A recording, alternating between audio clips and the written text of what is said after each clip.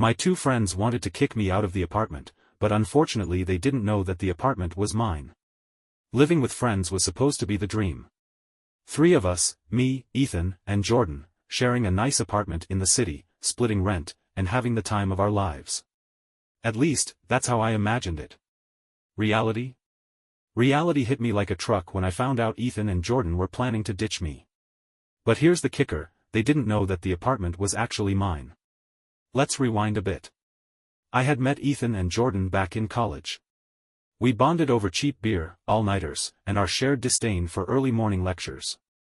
After graduation, we decided to stick together and get a place. We found a great 3-bedroom apartment in a high-rise with floor-to-ceiling windows, an open kitchen, and just enough space for us to live comfortably. Of course, they thought we were all splitting the rent equally. What they didn't know was that the lease was in my name. My uncle, who owned the building, had given me a great deal on the place. Instead of telling my friends, I let them believe we were all tenants under a landlord we never met. Why? Because I wanted things to feel fair. I never wanted to be the guy who owned the place while my friends were just renting. And it was good, until it wasn't. Things started changing when Ethan got a promotion. Suddenly, he was all about upgrading his life. He started talking about moving somewhere better, somewhere more exclusive. And Jordan? He just followed along, like he always did. One night, I overheard them talking in the living room. Man, we could get a much better place if we ditch him, Ethan said, sipping on his overpriced craft beer. Jordan hesitated. You sure? I mean, we've been living together for years. Yeah, and it's been fine, Ethan said, but let's be real, he's holding us back. You and I can afford something way better. Why are we still in this place? It's time to level up. I froze. My heart pounded as I listened. Jordan sighed. So, what, we just tell him we're leaving? Nah, Ethan scoffed. We tell him the lease is up, and we're moving out. He won't be able to afford it on his own, so he'll have no choice but to leave. I clenched my fists. Oh, they had no idea. That night, I lay awake in bed, thinking about my next move. I could confront them right away, but where was the fun in that? No, I wanted them to believe they had everything figured out. I wanted to see the looks on their faces when they realized they were the ones being left behind. I just needed to play along. Living with Ethan and Jordan was easy in the beginning. We had a system. Ethan was the self-proclaimed leader, Jordan was the agreeable sidekick, and I was the laid-back one who went with the flow. It worked, until it didn't.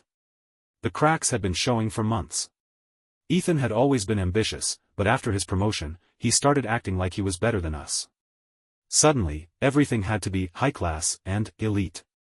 He stopped drinking cheap beer and switched to imported brands with names I couldn't pronounce. He swapped our weekly game nights for networking events. He even tried to talk Jordan into joining a private gym, calling our apartment's fitness center pathetic. Jordan, as usual, went along with whatever Ethan said. That's just how he was, never made a decision for himself. I didn't mind too much at first. But when I overheard their plan to ditch me, something in me snapped. I spent the next few days pretending I had no idea. I wanted to see how far they'd take it. And, oh, they went all in. One evening, while I was sitting in the living room, Ethan casually dropped the bomb. Hey, man, we need to talk, he said, his voice dripping with fake concern. Jordan, sitting next to him, fidgeted with his hands. He avoided eye contact. Sure, what's up? I asked, playing dumb. Ethan sighed dramatically, like he was about to deliver tragic news. So, the lease is up in 2 months, and Jordan and I have been thinking. We want to move somewhere new. Somewhere nicer. You know, upgrade our lifestyle a bit. I raised an eyebrow. Oh yeah? Yeah, Ethan nodded, putting on his best "I care about you" expression. And, look, man, we get it. Rent is expensive. You probably won't be able to afford a place like the one we're looking at.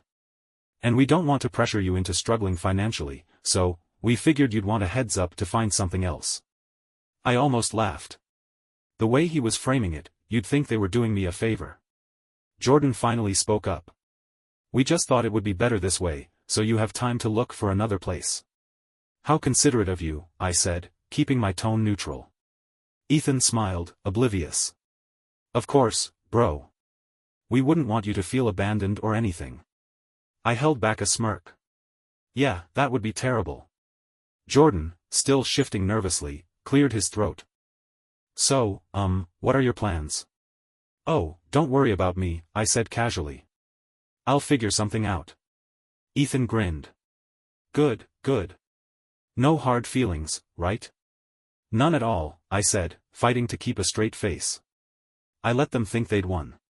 Let them think I was clueless. In reality, I was already planning their eviction. For the next few weeks, I played along. I let Ethan and Jordan believe they were in control, that they were smoothly executing their little scheme. They continued making their grand plans, touring expensive apartments, fantasizing about living in a high-rise with a rooftop pool, and dropping hints about how not everyone could afford that kind of lifestyle. I nodded and smiled, pretending I was searching for a cheaper place for myself. They never suspected a thing. What they didn't know was that I had already spoken to my uncle, the real owner of the apartment building. The lease was in my name, and I had the power to kick them out whenever I wanted. But that would have been too easy. I wanted them to feel comfortable, to be absolutely sure of their decision before I pulled the rug out from under them. The first step? Let them spend money. Ethan, being the overconfident idiot he was, had already put down a deposit on a new apartment without waiting for our lease to expire. He was so sure that I'd be moving out that he never even considered asking me about final rental payments. Jordan followed suit, relying on Ethan's assurance that everything would work out. I watched as they paid for movers, new furniture, and non-refundable application fees. Every time they excitedly talked about their new home, I nodded along, suppressing my grin. The second step? Let them dig their own graves. A week before their planned move-out date, Ethan threw a farewell party, without inviting me. He and Jordan brought their co-workers, new friends, and a few girls they were trying to impress. It was a ridiculous display of arrogance. The apartment I had let them live in rent-free for years was being celebrated like it was their kingdom, and they were moving on to bigger things.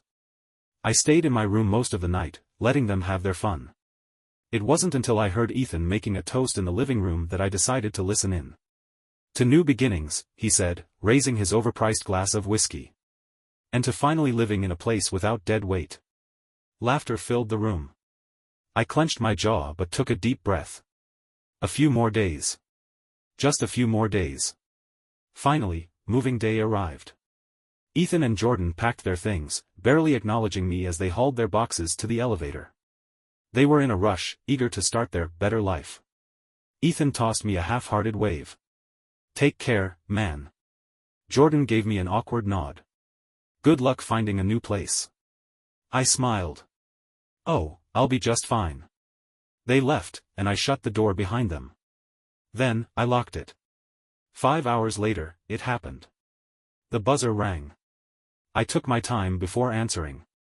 Ethan's face popped up on the security screen, looking confused. Hey, man, can you let us in? Our keys aren't working. I leaned forward, pretending to look concerned. Oh. That's weird. Yeah, dude, something's wrong with the keycard, Jordan added, standing behind him with their boxes. Can you come down and open the door? I grinned. Oh, I would, but, you don't live here anymore. Their expressions dropped. What? You don't live here, I repeated slowly. You moved out, remember? Ethan scoffed. Dude, come on, stop messing around. I'm not, I said, crossing my arms. This is my apartment. Has been all along. Silence. Jordan blinked. Wait, what? Ethan shook his head. No, the lease was up, and we. The lease was never up, I cut in. Because it was never in your names. The lease was mine. This apartment belongs to my uncle. I smiled. And I just changed the locks. Realization hit them like a truck. Ethan turned red. Are you serious? Very. Jordan ran a hand through his hair. Dude, come on. We have all our stuff here. You mean the stuff you took with you when you moved out? Yeah, that's not my problem. But. Oh, and by the way, I added, leaning closer to the intercom, since the rent was always covered under my name, you two never actually had any rental history. Which means that fancy new apartment you applied for? They might call me as a reference. And I might just tell them how you tried to screw over your roommate. Ethan's mouth opened, but no words came out. Jordan looked like he wanted to disappear. I hope you two enjoy your upgrade, I said, my finger hovering over the button. Oh, and Ethan? Next time you try to screw someone over, make sure they don't own the place first. And with that, I pressed the button and cut the call. The buzzer rang again. And again. I didn't answer. I turned on some music, grabbed a drink, and enjoyed my first night in my apartment. Ethan and Jordan? They were on their own now. For the first time in years, the apartment was quiet. No Ethan blaring his pretentious podcasts about hustle culture at full volume. No Jordan leaving half-eaten food on the counter for me to clean up. Just peace. I sprawled out on the couch, put my feet up on the coffee table, something Ethan used to lecture me about, and took a long sip of my drink. It tasted better than usual. Maybe that was just the taste of victory. The silence didn't last long. My phone started blowing up. Ethan, dude, this isn't funny. Let us in. Jordan, man, please. We have nowhere else to go. Ethan, I swear, if you don't let us in, I'll. That one made me chuckle. He thought he had the upper hand. He thought he could manipulate me like he always did, like I owed him something. I ignored the texts. An hour later, the buzzer rang again. I sighed, walked over to the intercom, and pressed the button. Who is it? I asked innocently. You know who it is, Ethan snapped. Stop playing games, man. Games? I thought you guys moved out? Jordan's voice came through, more desperate. Look, we might have jumped the gun a little. Oh? Ethan groaned.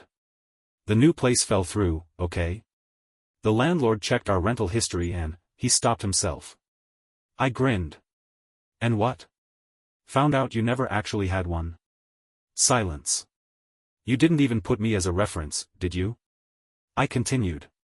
Because you figured I'd be dead weight and wouldn't have anything good to say. But without my rental history, you had nothing to back you up. Jordan sighed. Yeah, something like that. So, what now? I asked. Ethan exhaled sharply.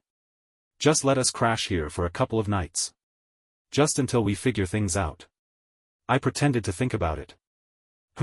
Nah. Dude. Ethan shouted. Come on, man, we have nowhere else to go, Jordan pleaded. Not my problem, I said, mimicking the exact words Ethan had used on me weeks ago. You two made your choice. You wanted a better place. Well, go find one. Ethan's voice darkened. You can't do this to us. I laughed. Oh, I absolutely can. I hung up. The buzzing continued for the next 10 minutes before it finally stopped. Then came the calls from mutual friends. Apparently, Ethan and Jordan had been running around, calling up everyone they knew, begging for a place to stay. No one wanted to take them in. Why? Because, unsurprisingly, they had burned a lot of bridges. Turns out, treating people like stepping stones wasn't a great way to build long-term friendships. One friend, Mark, even texted me. Mark, dude, Ethan just called me asking to sleep on my couch. Says you screwed him over. Me, LOL. Did you say yes? Mark, nah. That guy was always a snake. Good on you. That made my night. By the end of the day, Ethan and Jordan had resorted to sleeping in Ethan's car. I knew this because Jordan, bless his naive heart, texted me again. Jordan, hey man, we're in Ethan's car. It's really cramped. Can we just come back for one night? Please. I almost felt bad. Almost. Me, sorry, guys. No space for dead weight. No response after that. By the next morning, they were out of options. They called their parents, something they hated doing because it meant admitting failure. Ethan's dad, a no-nonsense businessman, refused to bail him out. Jordan's parents reluctantly agreed to take him in, but not Ethan.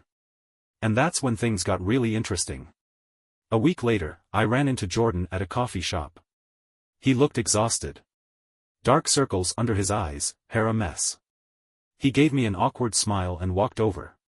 Hey, he muttered, rubbing the back of his neck. Jordan, I greeted, sipping my coffee.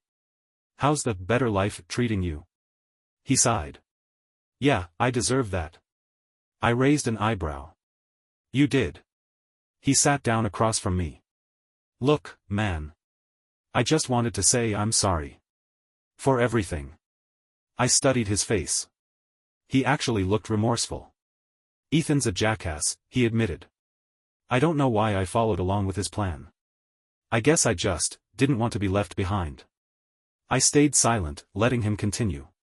He's still crashing in his car, by the way, Jordan added. Too proud to ask his dad for real help.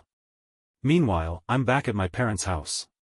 Feels like I took 10 steps backward. Sounds rough, I said, not really feeling sorry. Jordan nodded. Yeah.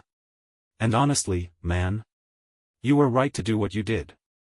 If I were in your position, I probably would have done the same thing. I took another sip of my coffee. I know. Jordan exhaled and stood up. Just wanted to say sorry. And thanks for not making this even worse. I let him walk away without another word. Ethan? Never apologized. Never admitted he was wrong. Last I heard, he took out a loan he couldn't afford, got an overpriced studio apartment, and started posting motivational quotes on social media about how real hustlers build from the ground up. Me? I was still in my apartment, living comfortably. And loving every second of it. A month passed, and life had never been better. The apartment felt bigger, quieter, and, most importantly, mine. No more waking up to Ethan's arrogant monologues about grinding for success while he did absolutely nothing. No more finding Jordan's unwashed dishes stacked in the sink. Just peace. Of course, Ethan wasn't one to go down quietly. One afternoon, I was lounging on the couch when my phone buzzed. Ethan, you're a real piece of work, you know that? I smirked. Me, took you a while to figure that out. Ethan, you think you won? You think you're better than me? Me, I don't think. I know. Ethan didn't reply for a few minutes, but when he did, it was classic him. Ethan, enjoy that stupid apartment. I'm moving on to bigger things. You'll be stuck in that place forever while I build an empire. I almost laughed out loud. Me, you mean the empire you're building from your car? Ethan, screw you. And that was the last I ever heard from him. Jordan, on the other hand, wasn't like Ethan. A few weeks after our coffee shop run-in, I got another message from him. Jordan, hey, man. Just wanted to say thanks again. Got my own place now. Nothing fancy, but it's mine. Also got a new job, actually doing my own thing for once. Me, good for you. Took you long enough. Jordan, yeah. I get it. Lesson learned. I wasn't sure if he really meant it at the time, but a few months later, I saw him again. He looked different, more confident, more sure of himself. It seemed like getting burned by Ethan had finally made him realize he needed to think for himself. I respected that. Ethan? Last I heard, he was still trying to hustle his way into a better life, jumping from one half-baked business idea to another. He had burned so many bridges that no one in our old circle wanted anything to do with him. Me? I stayed exactly where I was, comfortable, stress-free, and, most importantly, in control. And if there was one thing I had learned from all of this, it was simple. Some people spend their lives trying to climb higher by stepping on others. But sooner or later, they realize they were standing on nothing but air. Thank you for watching the video, like it if you watched the video to the end and don't forget to subscribe. Have a nice day.